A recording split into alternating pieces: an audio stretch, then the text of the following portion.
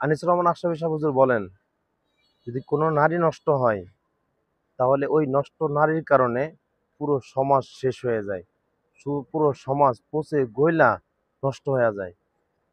কোনো মেয়ে, কোনো নারী এটা যদি নষ্ট হয়, চরিত্রহীন হয়, খোদার কসম একটা এলাকা, একটা সমাজের শত শত যুবক শেষ, সমাজ শেষ, এলাকা শেষ, পয়চা গইল্লা এটা দুর্গন্ধে পুরো সমাজ নষ্ট করে দেয়।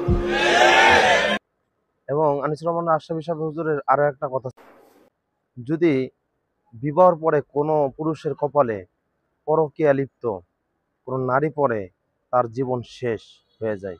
বিবাহ পরবর্তী যদি কেউ অসৎ নারী পায়, দুশ্চরিত্রা, অপবিত্রা, জিনাকারিনী, ব্যভিচারী, আরেক পুরুষের সাথে অবৈধ সম্পর্ককারী কোন মেয়ে যদি কারো কপালে জোটে স্ত্রী হিসাবে, আল্লাহর কসম তার জিন্দেগি জাহান্নামের টুকরা হয়ে যায়। তেমনি আবু তোহা আদনান ভাইয়ের যে স্ত্রী, তার আগের স্বামীর যে তথ্য যদি আপনাদেরকে দেখাই। কিন্তু আমি এই সাবিকুন নাহার সম্বন্ধে দু চারটি কথা না বললে হয় না, আমি ওর সম্বন্ধে কিছু বলতে চাই। সেটা দেশবাসী অবশ্যই সবাই জানবেন, সবাই শুনেন। এই সাবিকুন নাহারের প্রথম একটি বয়ফ্রেন্ড ছিল, তার নাম ছিল তুষার। আমি তো জানতাম না, আমি সিঙ্গাপুর থেকে আসছি, আসার পরে সাবিকুন নাহারকে বিয়ে করি এবং 7টা বছর সে আমার সাথে কাটায়, প্রায় 7 থেকে 7 বছর। এর ভিতরে তার চাল চলন কিছুটা আমি ভালো দেখি না বিধায় কথা কাটাকাটি হয়, অনেক সময় ঝগড়া কীর্তন হয়। এক সময় তারা আমার সাথে ছাড়াছাড়ি হয়ে যায়।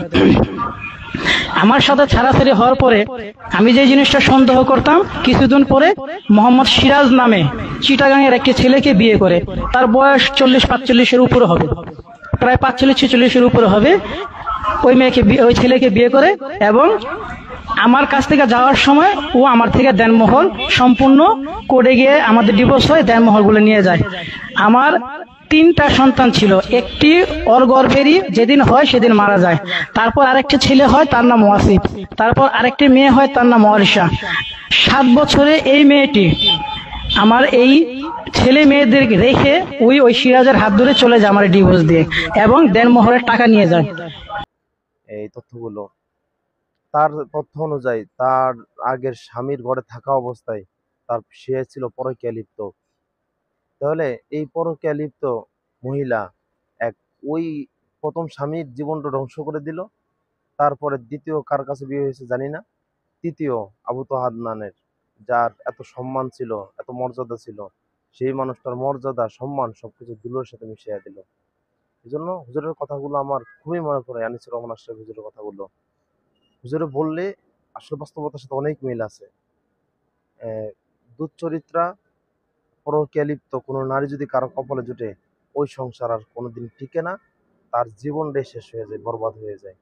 না পারে বাঁচতে, না পারে মরতে, সমাজে হয়ে যায় সে একটা সমাজের কাঠগড়ায়, সে সব সময় অপরাধের হয়ে থাকে।